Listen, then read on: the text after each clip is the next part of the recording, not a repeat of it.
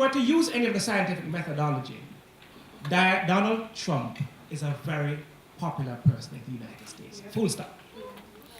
Whether you like it or not, he is popular. He is popular. He is the main candidate for the Republican Party. That's a fact. The other fact is Hillary is a popular person too, which is why it's a two-person race. Yes, she's a little ahead in the poll. But you have to disarticulate beyond the grand narrative what is a reason why we are where we are. I don't understand what you mean by make America great again, because I have a notion of what America is and America was. Here's what I think we are on the cusp of history. And I want to record this, and we can say this, that America is on the cusp of history. It is about to become greater. The truth is, and we have to admit that the United States, for all the grand narrative about its democracy, has a lot to learn, has a far way to go. And part of the problem is that when you think that you are there, you end up with the kind of crisis that you have. Statement of fact. Donald Trump is popular because in spite of the grand narrative about American democracy, Donald Trump represents a large portion of what American society is about. Let me rewind a little bit about history. I remember as a little boy when Martin Luther King was assassinated, and I remember when John F. Kennedy, not Kennedy, the younger one, Robert Kennedy was assassinated too, same year. I remember, I was a child, I remember it. But I also remember all of those things. I saw the footage of the civil rights movement. Flashback 100 years, and I saw almost a million Americans killing each other over the issue of slavery. I saw a country, as the history, if you read the history, that you're only now just electing a female. You talk about freedom, understand the reality is, by all of the international indicators of freedom, the World Freedom Index, etc., America ranks either 12th or 20th globally. So you're not there yet. We have work to do, and it's a part of admitting where we are. All the women who are close to me, who are related not by body fluid, and that's my mother, my sisters, and my daughter, are all Americans. Either born Americans or American citizens by naturalization. So I have a deep vested interest in how America is going to be run and how America goes. But we have to start by acknowledging some facts. It is only 50 years ago, exactly 50 years ago, that you had universal adult suffrage in the United States. And never mind this thing about defending the Constitution, brothers. The Constitution was an inconvenience in 1865. It was an inconvenience at different points in your history. It was an inconvenience in the 1960s. It was an inconvenience when African Americans went to Vietnam and came back and sat at the back of the bus. Work had to be done. I'm saying to you, let me remind you, it was 1966, and it took a court case for African Americans to have the right of universal adult suffrage. Women didn't have the right to vote in America until 1920. When was the Constitution written?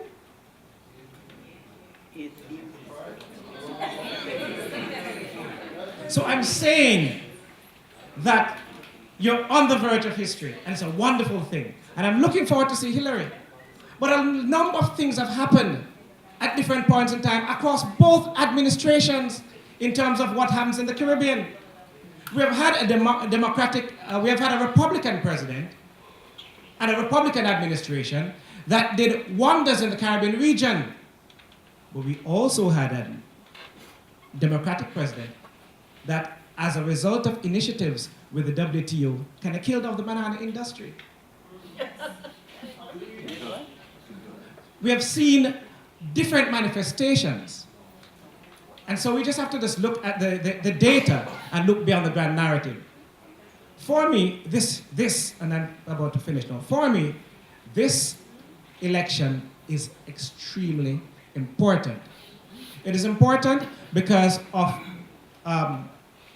clearly, we're interested in issues of international trade, freedom, etc. But you know, in the last 4 years, we have seen more Jamaicans deported from America than in the 4 years before that, as far as I know. We want to look at foreign direct investments, etc. We are watching with great interest. So rewind to the fundamental point that I want to make. America is a wonderful project, but it's a project that is yet incomplete. And the recognition that the project is incomplete is where we need to start. And so all the talk about Trump and his groping, etc., those are statistically verifiable kind of comments based on the sociology. That's a reality. It sounds offensive, but there's a reason why America has a Trump at this point in time. And America has to confront that because it still has a lot of way to go. God bless. Good afternoon, everybody. My name is Damon Gordon, and I'm an assistant lecturer in the Department of Government. And my task here is to basically provide a youth perspective on the American presidential election. Now, I can safely say that this is the first time in the history of American presidential cycle that we've had an election that has so captivated the interests of Caribbean nationals. Not only Jamaicans, but Caribbean nationals as a whole. I suppose this is a recognition that this election is very important for a number of reasons. Let me just start off by saying that American foreign policy has never significantly considered Caribbean interests. There have always been an afterthought in American foreign policy, right? Insofar as American policy tends to be more focused in terms of aggressive or benevolent policy tends to be more focused on the Middle East or other areas where American interests lie to a greater extent. So Jamaica, the Caribbean region has always been an afterthought. So we have indirectly benefited from American foreign policy, but not necessarily directly. I think for the first time, a significant number of us recognize that the outcome of the election might change that. Insofar as we have two candidates, one promising to implement some radical reforms and policies that will result in serious consequences for Jamaica and other Caribbean countries. So let me just try to frame both candidates as best as I can in terms of what they will bring to Caribbean-US relations. Now let's just look at the Democratic candidate first, Hillary Clinton. Now I don't think that she'll be good or bad for the Caribbean. She will be a pair of steady hands. So she will more or less continue the policies which are not so beneficial, but they are okay. They ensure that there's stability in the relation between the US and Jamaica and other Caribbean countries. So she'll be more open to consultation, she'll be open to discussion. She's a diplomat. This is what she brings to the table. So she's more inclined to listen, right? So not that she will do more, but at least we are confident that with her, the relationships will remain stable. Yep. And I suppose stability is always better than uncertainty. That is essentially what the Democratic candidate will bring to the fore if she becomes the president. I suppose many Jamaican nationals are supportive of the Democratic candidate, mainly because of our affinity with our African American brothers and sisters. So we tend to be more supportive of the Democratic Party. And mainly because we recognize that the Democratic Party tends to have more liberal views towards trading, etc., which is advantageous to Caribbean countries. So that is how I've summed up Hillary Clinton for you. On the other end of the spectrum, we have Donald Trump, the very, very controversial Donald Trump, right? He's a very divisive figure, and I think that's a correct description of the candidate. Very divisive figure, and it's not a bad connotation, but he's a very divisive figure, right? So Donald Trump has pledged to deport in excess of 11 million undocumented immigrants, right? And we know, for example, that currently there are over 100,000 undocumented illegal immigrants of Jamaican descent in the United States of America. Overall, I think there are 1.8 million Jamaicans living in the United States of America. Now, in terms of the connection between the Jamaicans living in the United States, members of the diaspora, and the Caribbean. Remittances account for 17% of our GDP, almost parallel with tourism. So a significant number of Jamaican livelihoods are connected and tied to remittances.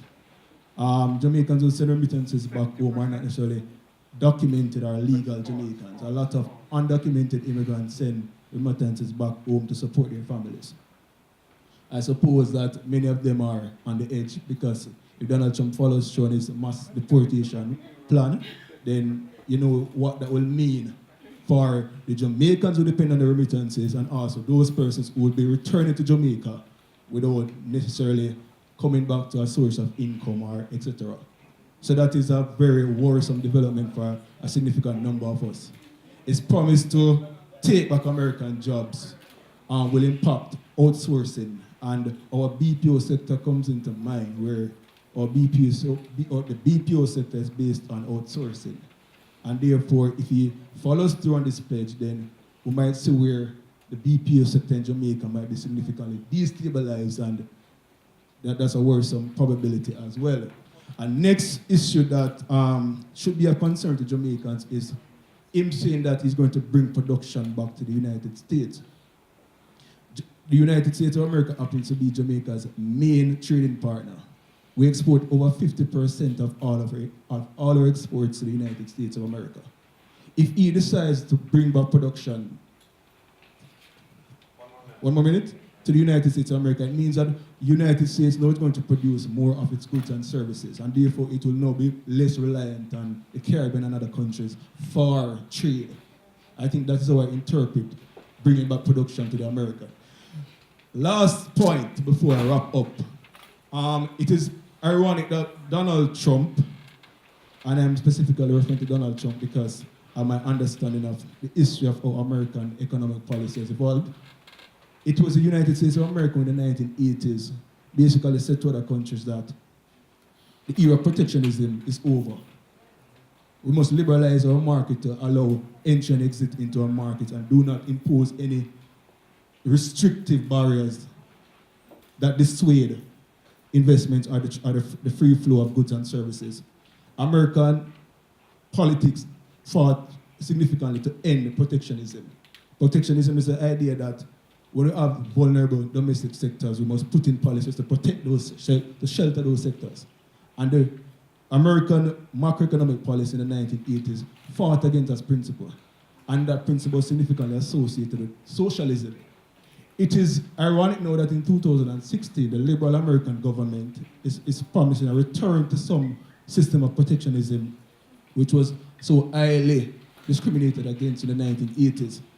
And this is more socialist than it is actually liberal. So is it that Donald Trump, who is a professed anti-socialist, as he has said on a number of occasions, is now returning to some of the very stream instruments that were used or dominant during the era of socialism?